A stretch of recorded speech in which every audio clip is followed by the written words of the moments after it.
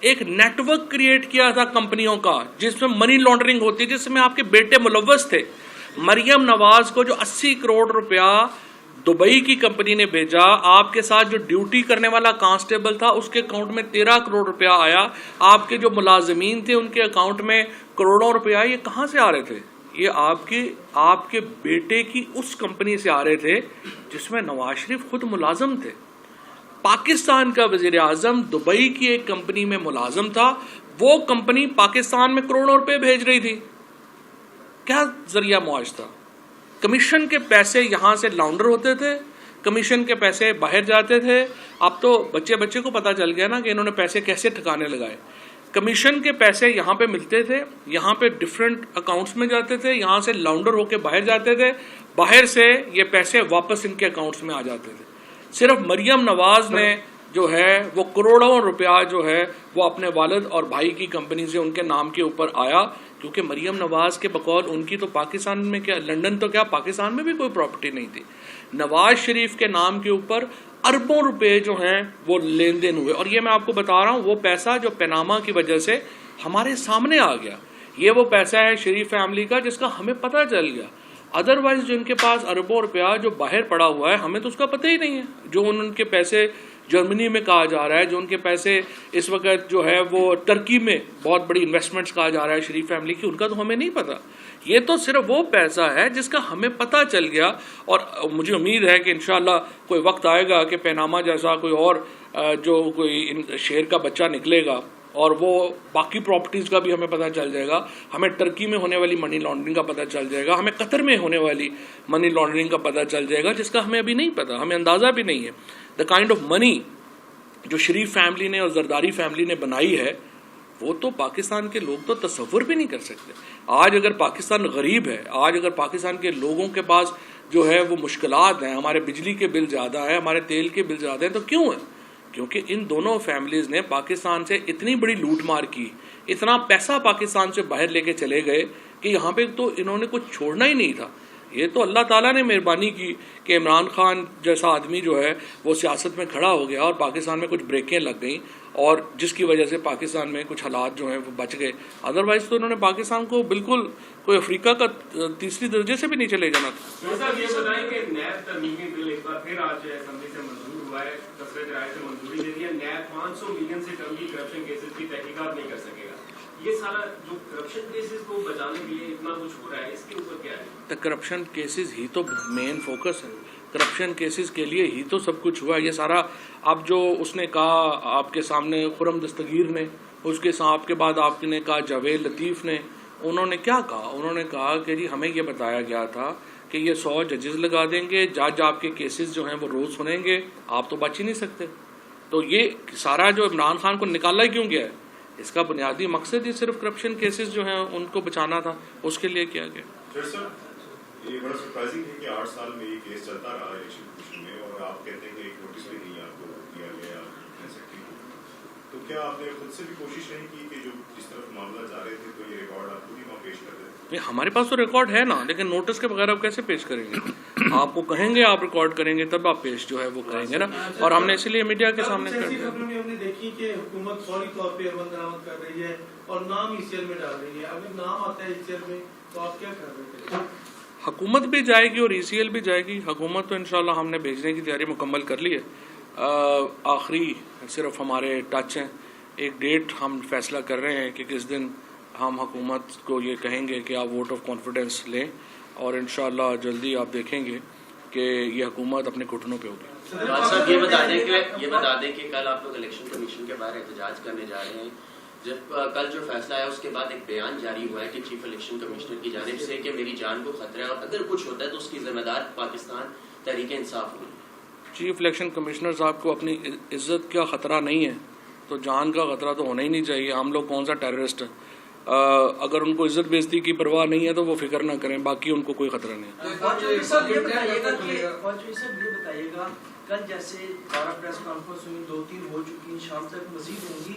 لگ یہ رہا ہے کہ حکومتی اتحاد کی جانب سے الیکشن کمیشن کے فیصلے پر اتنی پریس کانفرنس دکھائی جائیں گی کہ عام آدمی سمجھے کہ کہ شاید پی ٹی آئی نے چوری کر لی ہے، تو آپ کی طرف سے کوئی اسٹریٹجی نہیں؟ کل اسد عمر صاحب نے پریس کانفرنس ایک آپ نے کی، آپ عوام کو کیسے بتائیں گے؟ پہلی بات تو یہ کہ آپ عوام کو احمق تو بالکل بھی نہ سمجھیں. یہ جو لوگ ہیں نا، آپ کا خیال تھا کہ یہ جس طرح سے یہ اتنی احمقانہ حکمت عملی ہے، جس طرح انہوں نے کل یہ کیا کہ آپ نے جب ضمنی الیکشن ہو رہے تھے اس سے 2 دن پہلے تیل کی قیمتوں میں 3 روپے انہوں نے کمی کر کے سمجھا کہ عوام تو بیوقوف بن جائے گی. دیکھیں، کبھی بھی آپ عام آدمی کو احمق نہ سمجھیں. نہ ہی عام آدمی اگر اتنا بیوقوف ہوتا اور انہوں نے ٹی وی کی خبروں کے اوپر جانا ہوتا تو ہماری تو جگہ ہی نہیں تھی سیاست میں. عام آدمی، فرق ہی یہ ہے پیپلز پارٹی، نون لیگ، جمعیت وغیرہ جو پی ڈی ایم کا ایک چونچوں کا مربع ہے اس میں اور پی ٹی آئی میں، ہم سمجھتے ہیں کہ جو عام آدمی ہے وہ صحیح تجزیہ کرتا ہے. عام آدمی جو ہے وہ عقل مند ہے اور وہ اس کو بیوقوف نہیں بنایا جا سکتا. یہ لوگ سمجھتے ہیں کہ ہم عام آدمی کو بیوقوف بنا لیں. پاکستان تحریک انصاف کو بین کرنے کے لیے جو ہے سپریم کورٹ جا رہی ہے، ریفرنس دائر کیا جائے گا. کل رانا ثناء اللہ نے اس بات ہزاروں خواہشیں ایسی کہ ہر خواہش پہ دم نکلے، بہت نکلے میرے ارماں پھر بھی کم نکلے. میری طرف سے آخری کوشچن، بہت اہم آپ نے بات کی ہے کہ ہم اعتماد کا ووٹ لینے کا کہہ دیں گے، تیاری ہو رہی ہے. آپ سمجھتے ہیں کہ حکومت اپنے اتحادیوں کا اعتماد کھو بیٹھی ہے؟ 172 لوگ پورے کریں، یا اتحادیوں کا اعتماد وہ کھو بیٹھے ہیں یا ہم نے کچھ اتحادیوں کا اعتماد پا لیا ہے.